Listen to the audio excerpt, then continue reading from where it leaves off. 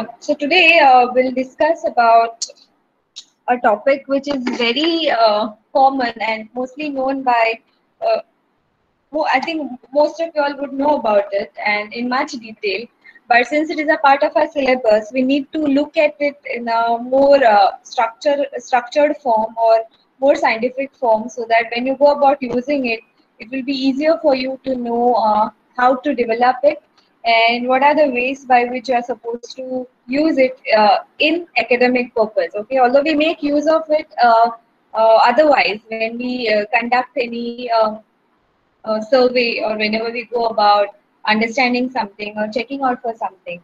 Okay, it is nothing but checklist. Okay, how many of you all have heard this term checklist before? Or what is the basic structure of checklist? If any one of you could respond to this question.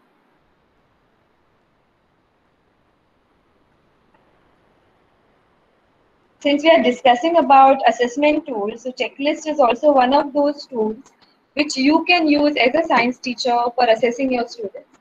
So what idea do you all have about checklist? Whatever that you know, in brief, if any one of you could explain.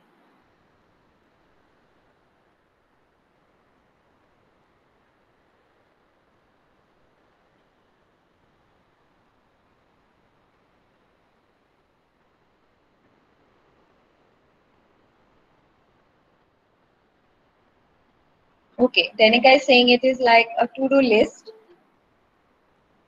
Miguel is saying listing certain names, good. And Rina is saying that a list of points to be considered. Pranita says that it is a tabular form like, okay. Tanya says that a list of all the things required for a task. Very good. Very good.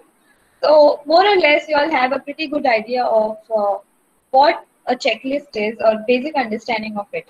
Now, when we think of a checklist in terms of a to-do list or maybe in terms of list generally, or a list of points maybe, or a tabular form like, or for that matter, a list of the things which you need to do or required to be done by you for a given task. Okay, so this is the basic understanding or general understanding that most of us do have about checklist. So let us see in detail what a checklist is and how it can be used in our science classroom or science activities as a science teacher, so that you can make your evaluation or your assessment bit more objective. Okay, so let us go to the first slide. Now, checklist, as most of us know, that is the most common and perhaps the easiest instrument in the affective domain. Now, why do we call it one of the easiest instruments? Is because it is a bit easier for us to develop one than that of rubric. Okay, we know how complicated a rubric is. If not complicated, how much time does it take in order to develop a rubric? So, in terms of time constraint, in terms of time, in terms of your efforts or intellectual efforts, checklists take much less time than that of a rubric. Okay, why am I talking about a rubric now? Because we have already seen it and it will be easier for us to compare both. Now, it is the most common because many of us do make use of that, may not be scientifically, but yes, like how many of you all have given the answers, because we make use of it in our everyday life. Now, idea here is to how to make use of it and develop a very technically correct, in inverted commas, checklist for a science assessment or for science assessment, and how it can be beneficial for you and as well as your students in order to assess or while you are assessing any project or any assignment. Okay, so most of you all have some idea about uh, different domains which we have learned in psychology. Is it possible for anyone to mention those three domains? Which are those three domains on which our entire education system or the entire psychology works on or revolves around? Which are those three domains? I think this was done in the first year for all of you.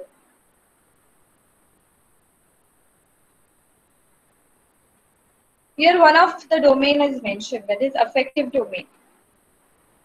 Yes, good. And Nida is saying affective, cognitive, and psychomotor domain. Very good.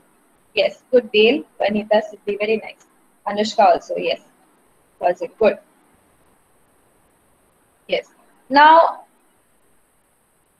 cognitive domain takes care of which aspect related to human mind? Nicely and very good. Cognitive domain takes care of which aspect related to human mind?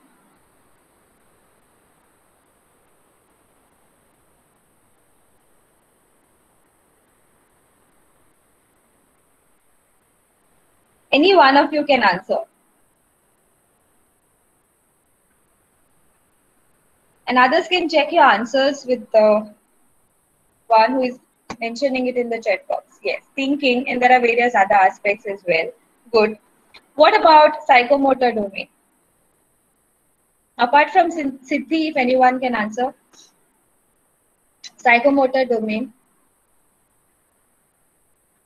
Anita?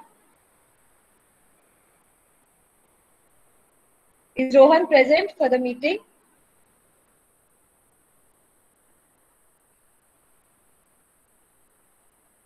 What about psychomotor domain? Yes, Tanya says hands-on activities. Very good. Okay. Now, what about affective domain then? Yes, Anita, Danika is saying physical domain. Yes. So, according to Enrina, affective domain takes care of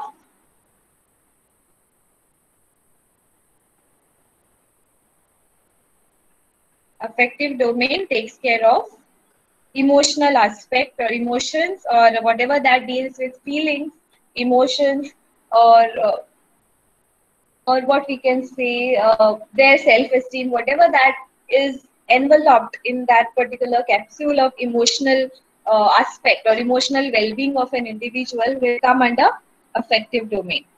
So why we say that checklists are perhaps the easiest instrument in the affective domain? Because what we do is most of the components which are a part of affective domain, like feelings, for example, like passion, for that matter, your thoughts, not thoughts exactly, but your perception, emotions, feeling happy, sadness.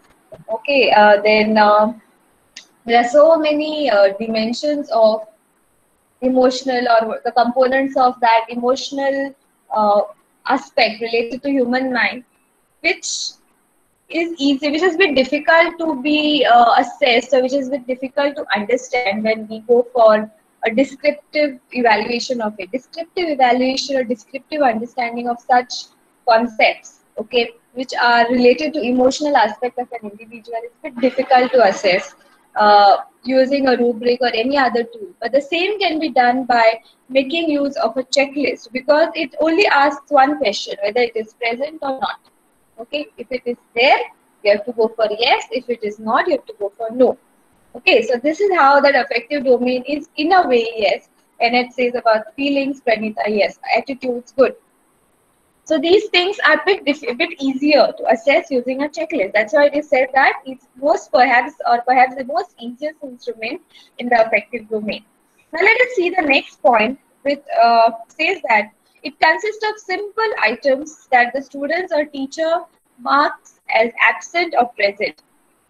Okay, so it says that it consists of simple items, like how I said. Say suppose in a task, if you have certain characteristics, like in the previous assessment tool, which was a rubric, wherein we saw that we had listed few criterion, isn't it? Like say suppose clarity of the concept, for example, presentation, time taken. Okay, these are certain criterion that we discussed about in the rubric.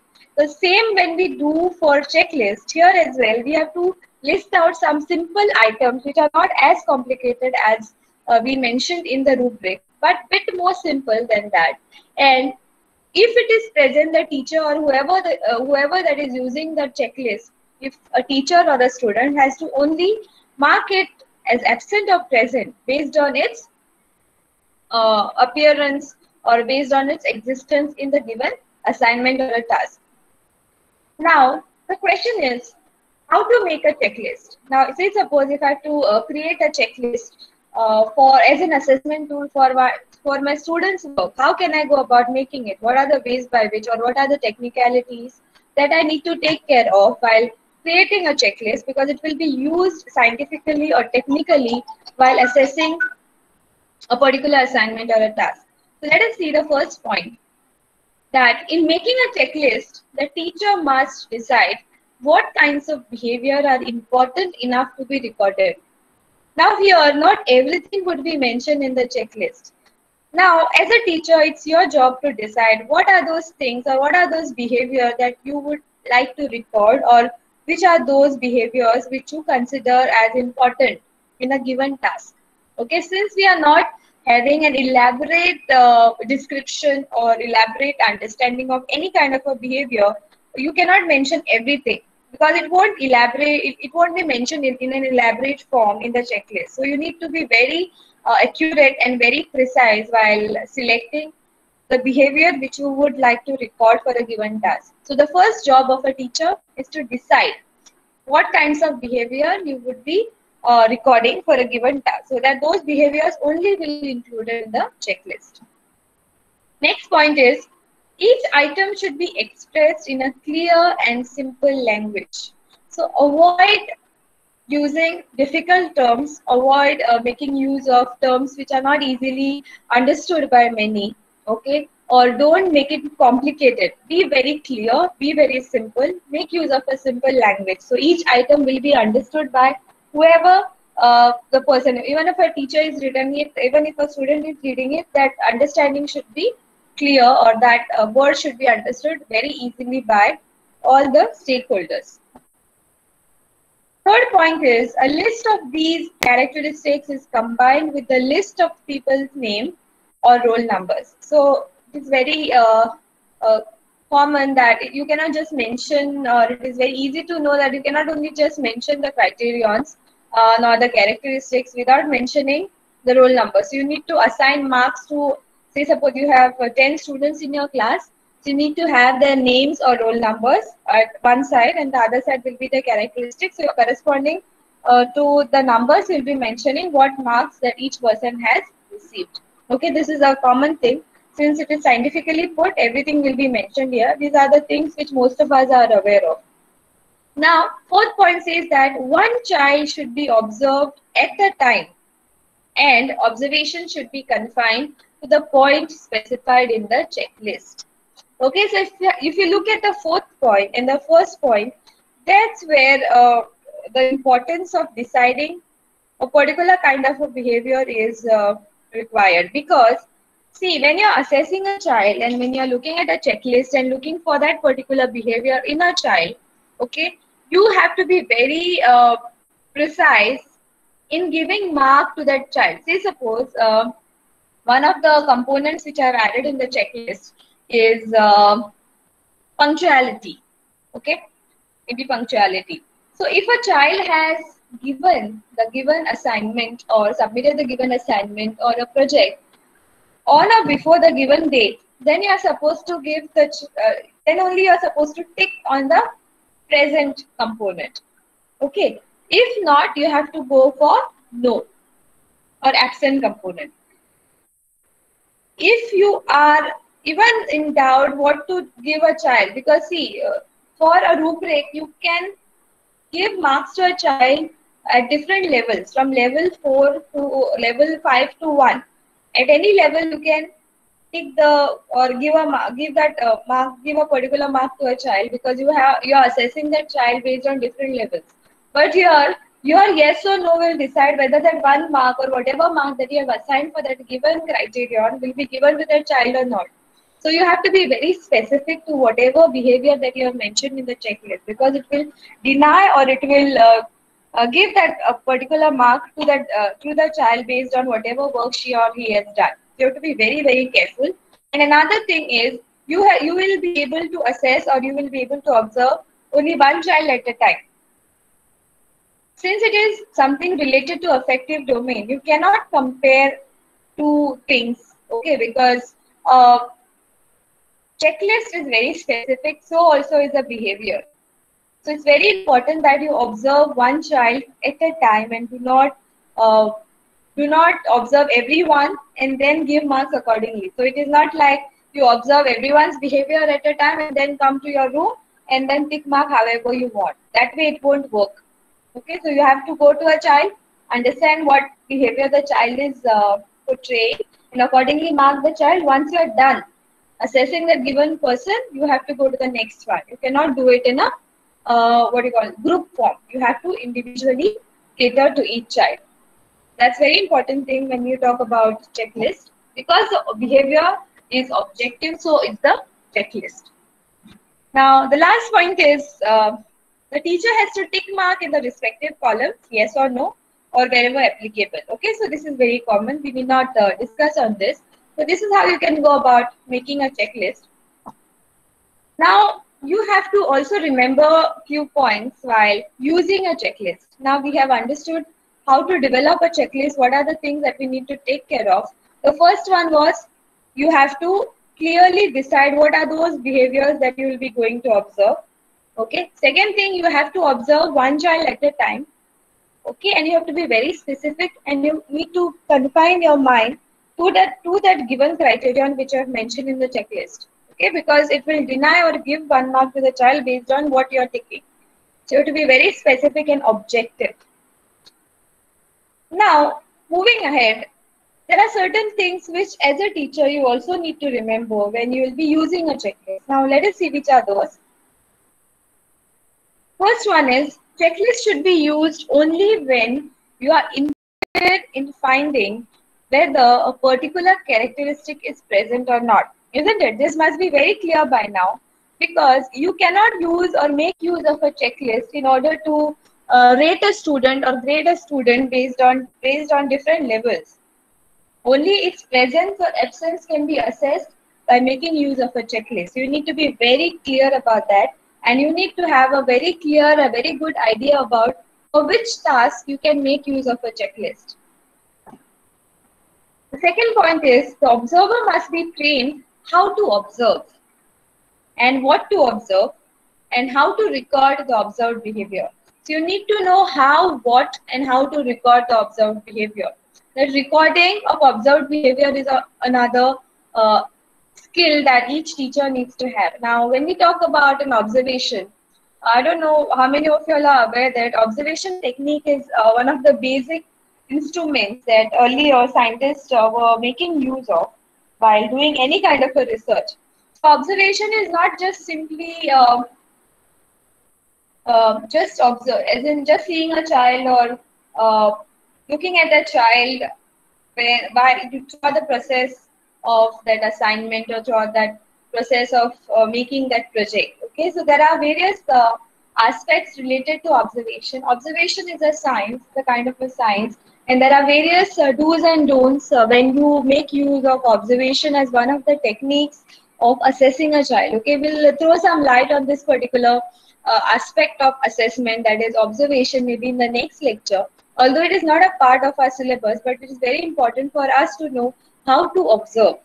Okay, there are certain do's and don'ts when you talk about observation. So you need to be trained in the domain of how to observe a child. So you need to know the technicalities, do's and don'ts of observation.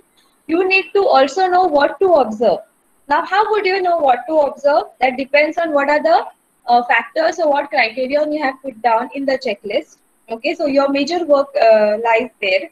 Then how to record the observed behavior. So there are various ways by which a teacher can make use of this observation in order to record their students' behavior. So everything would be a part of that science of observational skill. Okay, so we can discuss more about that maybe in our next lecture. And so you know that for now, you just understand that in order to make use of a checklist as an assessment tool, you need to know-hows of observation. Okay, so this thing must be very clear to you. We'll discuss that maybe in the next lecture in detail. Okay, moving ahead. The third point says that to make a valid judgment, the observer should omit recording those behaviors which has insufficient information. So kindly omit reading that key. Okay, so to make valid judgment, Okay, what according to you is a judgment? If any one of you could answer, what according to you is judgment or a valid judgment? Which judgment would you call valid? I think that would be the most appropriate question.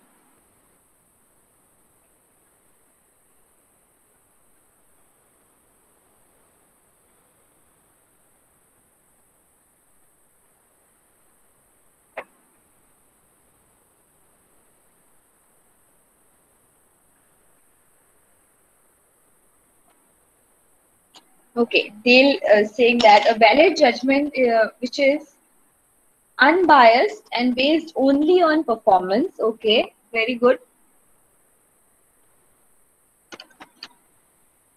Now, one more question I have for this statement of yours about valid judgment. Dale, which judgment according to you is unbiased? What is your definition of unbiased?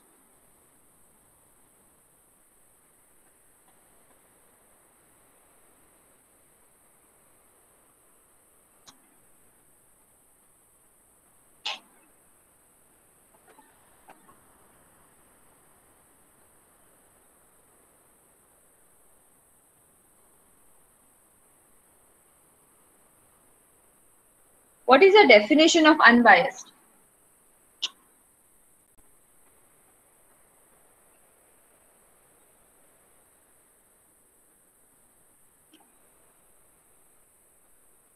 Okay, impartial. Danika is saying impartial. Okay. Now, okay, unbiased means not favoring certain students. Fine. Uh, but how would you say, suppose if you are checking someone's checklist, how would you know that, or how would you know that whether the person who has created a checklist or who has judged or who has marked a particular student using that checklist is not biased? How can you know that? Is it possible to know that using a checklist? Can checklist help us do that?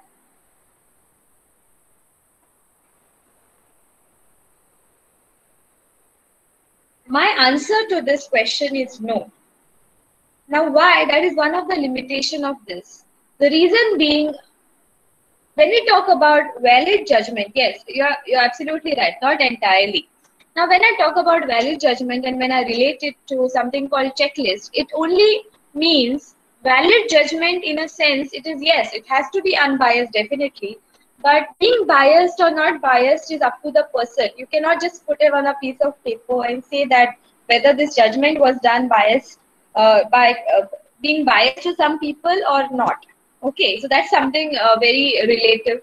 Okay, but when I talk about valid judgment, when we discuss in terms of checklist, it only means you have to be very you have to be very sure that you have judged a particular child or a particular work based on only those criteria which are mentioned in the checklist and not taking into consideration some other which are not a part of the checklist. Okay. Now, in order to make that valid judgment, what we talk about, it has to be very clear to the person that whatever judgment that you're giving about a person, it should not include those behaviors which are not having not having sufficient or enough information about that. So if you want to take care of this third point while assessing a child, this third point can be taken care of in the first step of how to make a checklist. Why? Because if you, at the time when you are typing or writing the criteria using which you'll be assessing a child in the checklist, that time only you have to be very sure whether you will get sufficient information regarding that criteria uh, when you will be assessing a child. So that basic aspect or basic part of that assessment can be taken care of while thinking of which criteria you'll be putting in the checklist to assess the child. Okay.